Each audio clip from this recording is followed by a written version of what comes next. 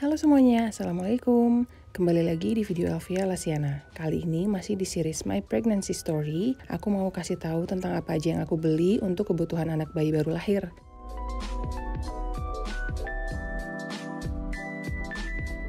Sesuai pengalaman aku di anak pertama, aku jadi udah lebih percaya diri sekarang tentang apa aja yang benar-benar aku butuhin. Kebutuhan masing-masing orang tentunya beda. Di sini aku pakai jumlah minimal yang kita harus punya. Bisa banget kalau punya lebih banyak tergantung kebutuhan, tapi untuk menghindari beli terlalu banyak barang yang ujung-ujungnya nggak kepake, list ini mudah-mudahan bisa memberikan bayangan. Di sini nggak semuanya aku beli baru karena masih punya simpanan beberapa dari anak pertamaku yang masih banget bisa dipakai. Oh ya, sebelumnya aku taruh brand dan link produk yang aku pakai di description box ya.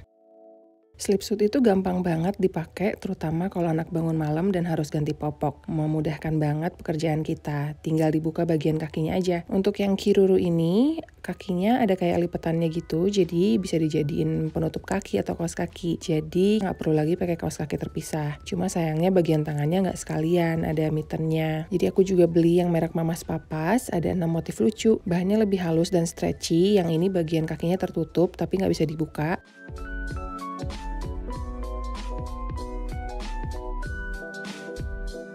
Cuma bagian tangannya ada lipatannya untuk mittens atau sarung tangan.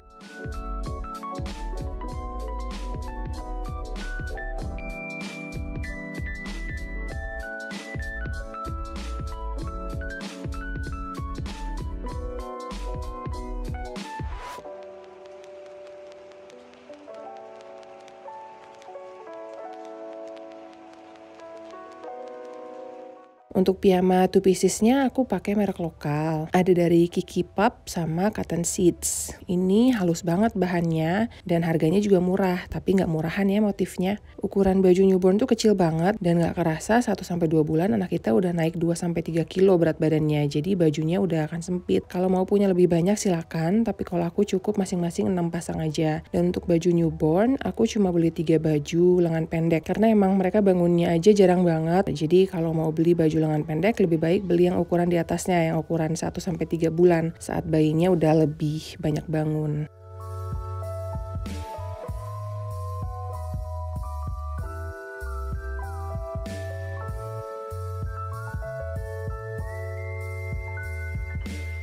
Tergantung cuaca di daerah kita tinggal. Kalau di daerah aku tinggal memang agak panas, jadi kalau siang aku nggak pakein kaos dalam. Ini aku beli dari merek Velvet. Dia ini brand yang gampang banget dicari. Dulu juga aku sering pakai merek ini. Bahannya halus dan lumayan menyerap keringat. Untuk bedongnya aku beli bahan bambu cotton, ini dari merek Cotton Seeds. Enak banget, bahannya lembut dan breathable. Kainnya bukan yang jahitannya padat gitu, jadi dia lebih elastis juga ngikutin bentuk tubuh. Ini aku nggak banyak beli baru karena masih banyak simpenan bekas anak pertamaku. Bekas anak pertamaku yang aku paling favorit yang bahan kaos dari Akusvara, cuma dia memang agak kecil ukurannya kalau dibanding yang merek Cotton Seeds tadi. Jadi cuma bisa dipakai sebentar, tapi bedong ini manfaatnya banyak banget. Selain buat bedong bayi saat tidur, bisa juga dipakai buat alas gumoh, alas tidur, untuk lap ASI yang bocor.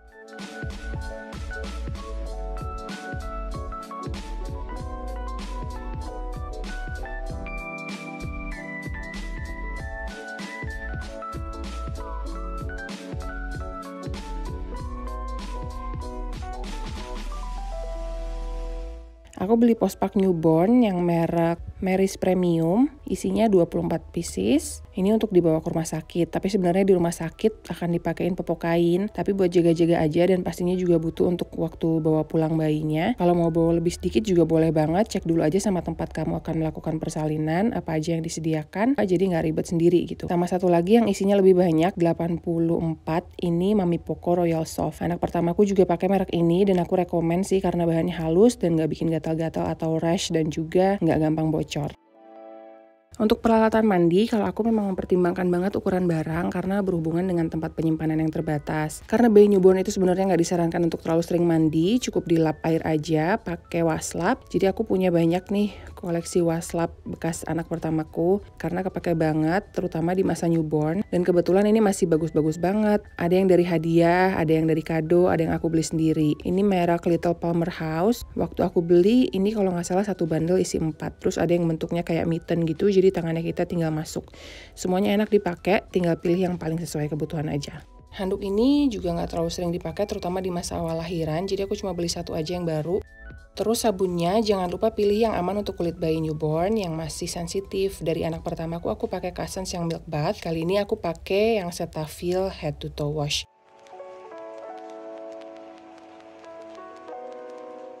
Kembali tentang kulit newborn yang sensitif, nggak perlu kita punya banyak perintilan skincare anak kayak cologne, hair lotion, bedak bayi juga nggak disarankan ya.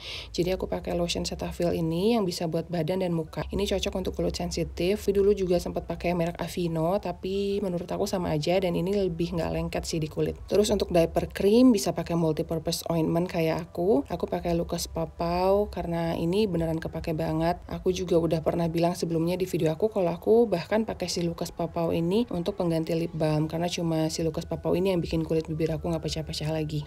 Terus ada Sudo Cream dan juga Vaseline Baby.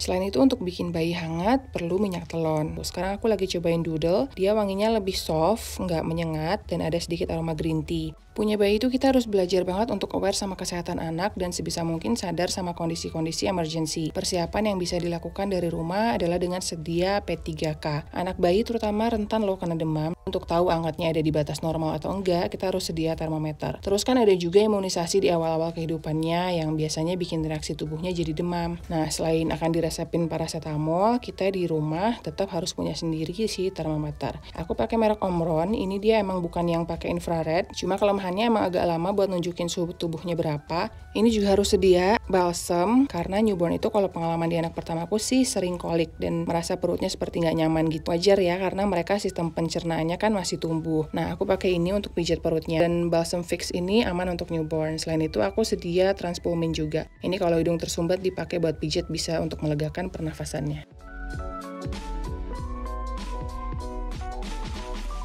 Ini penting juga untuk bersihin hidung bayi dari lendir. Karena mereka kan belum bisa buang ingus sendiri. Ini sebenarnya punya anak pertamaku, tapi aku udah cuci bersih dan sterilin supaya bisa dipakai lagi.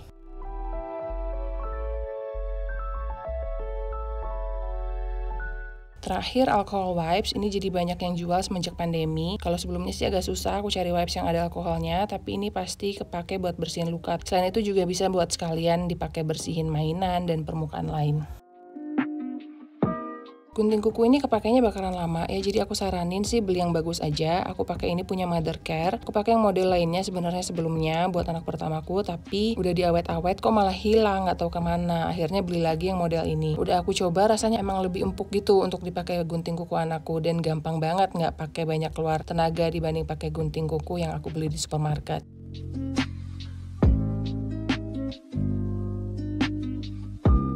Karena aku pakai pospak, wajib banget punya tisu basah, terutama kalau pas pergi-pergi ke rumah eyangnya karena lebih praktis. Aku pilih yang kandungannya hampir 100% air untuk mencegah iritasi. Aku beli dari beberapa merek untuk tes juga. Sebelumnya sih di anak pertamaku semuanya cocok-cocok aja sih.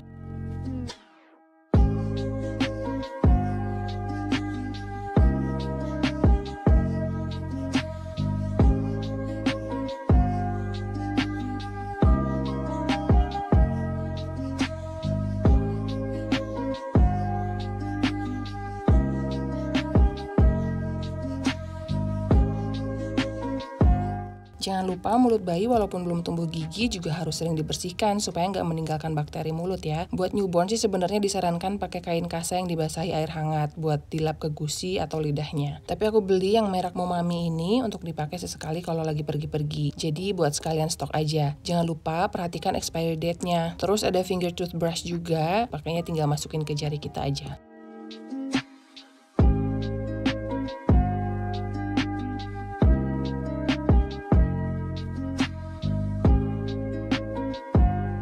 Terakhir, cotton ball ini buat bersihin area diaper kalau nggak pakai tisu basah. Terutama pas masa newborn itu bayi mengeluarkan pup yang lengket, namanya meconium. Agak susah bersihinnya kalau cuma pakai tisu basah, jadi sedia cotton ball juga buat dibasahin pakai air hangat supaya lebih gampang bersih.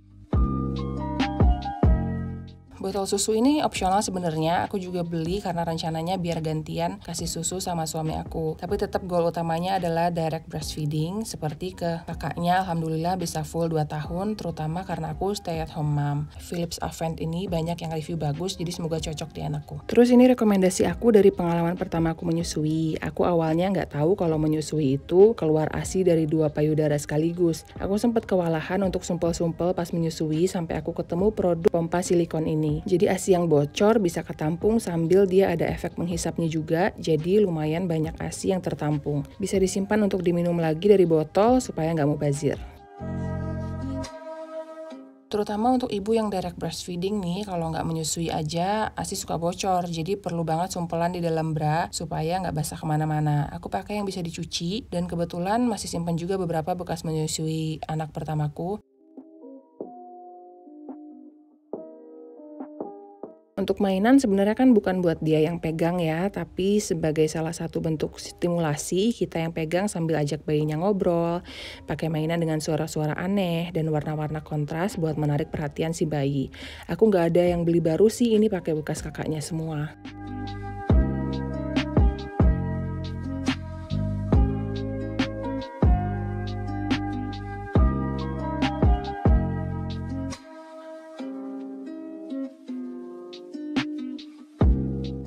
Ini dari merek Palmer House, Wonder Pad ini dia ada lapisan waterproof di bagian bawahnya dan kainnya di atasnya tuh lembut, jadi kalau buat alas ganti popok atau mandi tuh nggak dingin di kulit dibanding kalau pakai alas perlak yang dari karet. Waktu anak pertamaku aku punya ini cuma satu, tapi padahal kepake banget, terutama buat kalau pas pergi-pergi karena bisa dilipat dan nggak tebal dan lebih awet dibanding perlak dari bahan karet.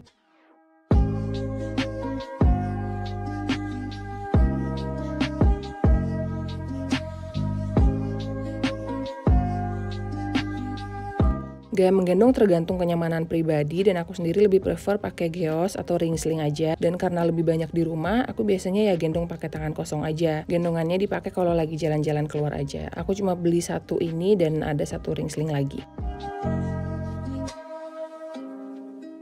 Ini yang penting kalau punya anak, supaya anak punya tempat main yang datar tapi nggak terlalu keras kalau kayak cuma di lantai aja. Dan yang pastinya kepake lama, jadi boleh banget pakai yang agak mahalan. Aku pakai merek Kobe House ini, harganya termasuk murah sih karena aku pikir kalau beli yang mahal agak sayang kalau sampai kotor atau sobek-sobek. Karena anak pertama aku aja aktif banget, jadi aku beli yang nggak terlalu mahal. Aku beli juga playmat kain buat alas lagi. Tummy time itu disarankan di lantai yang diberi alas empuk. Ini penting banget menurut aku punya diaper atau caddy bag, isinya perlengkapan ganti popok bayi, karena sesering itu loh ganti popok bayi dan repot kalau harus kesana sini ambil ini ambil itu dulu. Dan berhubung aku nggak punya changing station, jadi aku harus banget punya ini supaya bisa ganti di mana aja di rumah.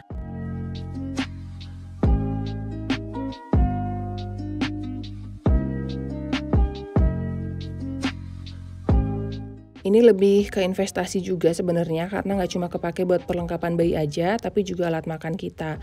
Waktu anak pertama aku pakai cara sterilisasi tradisional, yaitu dengan cara rebus-rebus. Cuma aku khawatir juga sama keamanannya, jadi sekarang aku punya dish sterilizer. Ini lebih murah dibanding UV sterilizer, tapi klaimnya dia mampu membunuh bakteri, jadi aku coba dan selama ini aman dan awet. Pastinya mempermudah kerjaan kita urus anak ya, apalagi yang punya bayi sekaligus toddler.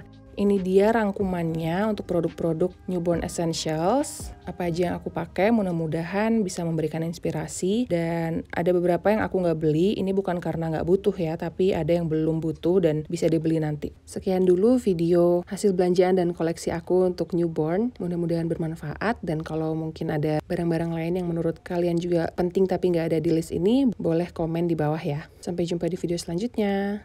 Bye-bye. Yay!